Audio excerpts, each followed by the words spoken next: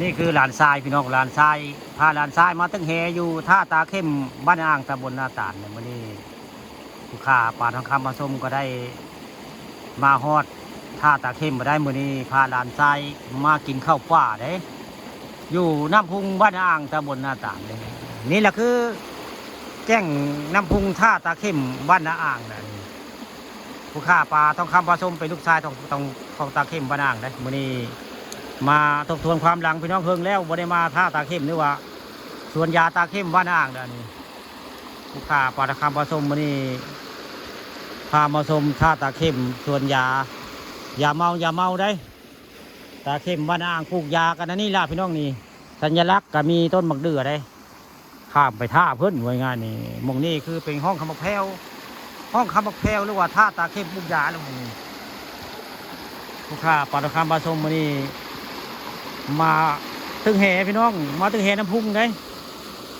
มาตึงแห่น้ำพุงบ้านอ่างแล้ววันนี้เบิ่งมาพาเบิ่งธรรมชาติสวยงามน้ำพุงแก่งท่าตาเข้มอยู่น้ำพุงบ้านอ่างพี่น้อง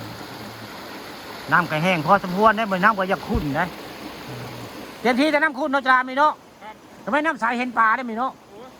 เห็นปลาได้ลุงความมือชาติเก้าสมากไม่มาไม่มื้อนี้น้ำมันขุ่นได้มื้อนี้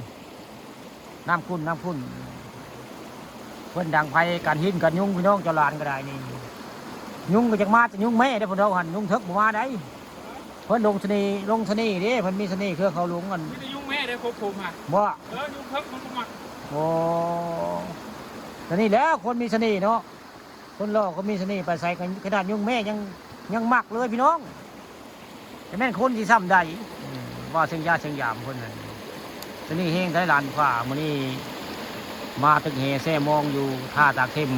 บ้านอ่างตำบลนาตาลมื้อนี้แล้วการกะประมาณพุ่นหลักบ่ายๆจากชิมือมื้อนี้มาตอนเช้าได้มื้อนี้มาตึกเฮแซ่มองอยู่ท่าตาเข้มแก่งตาเข้มบ้านอ่างท่าตาเข้มปลูกยาแหละนี่บางคนก็สิบ่จักได้ว่าท่าตาเข้มอยู่ไสอยู่นี่แล้วนี่อยู่นี่ละในท่าตะเข็มกันนี่ธรรมชาติสร้างมาพี่น้องนี่น้ำพุงบ้านอ่างแหละนี่น้ำพุงบ้านอ่างอยู่ทางเทิงบ้านตะงอยพี่น้องอยู่ทางเทิงพญาตะงอยกันหอมได้หอมพี่น้องอันทางเทิงนี่บ่ได้กว้างเลยบ่ได้ดูแลคือทางเตะงอยได้วันนี้ผู้ค้าป่าตะคำมาชมวันนี้พามาชมน้ำพุงแก่งท่าตะเข็มบ้านอ่างตำบลนาตาลแหละนี่ผู้ค้าป่าตะคำพาชมวันนี้มาแต่เช้าได้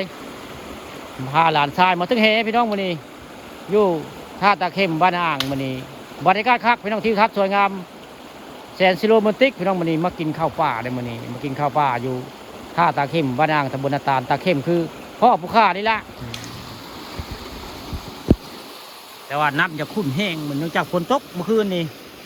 ฝนตกเลยให้น้ำขุ่นนี่แหละคือบรรยากาศน้ำไหลลงพื้นได้ทั้งลงไปทางบ้านม่วงแล้วก็ไหลไปใส่บ้านตะงอยไปใส่พญาตะงอยพุ่นน้ำพุงนี่หอมๆพี่น้องเทิงนี่บ่ได้กว้างอ้วคือทางพญาตะงอยบ้านตะงอยได้พี่น้องเอ้ยขึ้นมาทางเทิงน้ำพุงบ้านอ่างนี่สิหอมได้นี่น้ำพุงนี่มาจากผู้ใดมาจากบ้านกกโดกปลาซิวพุ่นนากินนักพุ่นนี่ว่ามาจากเขื่อนน้ำพุงพุ่นละนี่ที่มาของน้ำพุงมาจากพุ่นละมาจากเขื่อนน้ำพุงพุ่นได้มาบ่ได้ใกล้บ่ได้ผม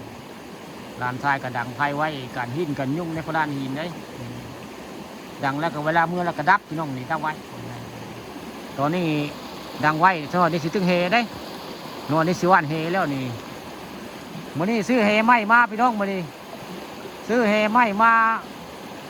แห้งเฮมื้อนี้ลานทรายสิแห้งเฮได้ตึกเฮอยู่ท่าตาเข้มน้ำพุงบ้านอ่างได้หรือว่าห้องคำแพรวพี่น้องห้องคำแพรวบ้านอ่างได้มื้อนี้มาเปลี่ยนบรรยากาศมากินข้าวป่าพี่น้องมากินข้าวป่าอยู่ท่าตาเข้มหรือว่าพลานหินน้ำตกน้ำโตนี่ละมาทบทวนความหลังเนาะแต่ก่อนนะพ่อพามาได้บ้านนี้ลูกชายพาหลานชายมากินข้าวป่าเรียบเบิ่งกับน้ำขุ่นแท้ๆจากเลิกจากตื่นนี่ยังไม่ลงเบิ่งได้ยังไม่ยังลงเบิ่งคือว่ากาสิพอลงได้อยู่ดอกเบิ่งแล้วนี่คือเป็นแก่งท่าตาเข้มบ้านอ่างตำบลนาตาลล่ะ อย่าเข้าใจผิดนะว่ามันฉีกว้างคืออันน้ำพุงพญาตะงวนโมเมนต์พี่น้องโมเมนต์ไหนโมเมนต์เด้อทางเทิงบ้านอ่างนี่หอมปานห้วยพี่น้องนี่น้ำพุงนี่ปานห้วยแต่ว่าห้วยบ้านอ่างเขาเรียกว่าไงที่จริงก็น้ำพุงพี่น้องน้ำพุงบ้านอ่างแต่ว่าน้อยปานห้วยได้เจ้าหลานกะสงสัยบันดังไฟเลี้ยว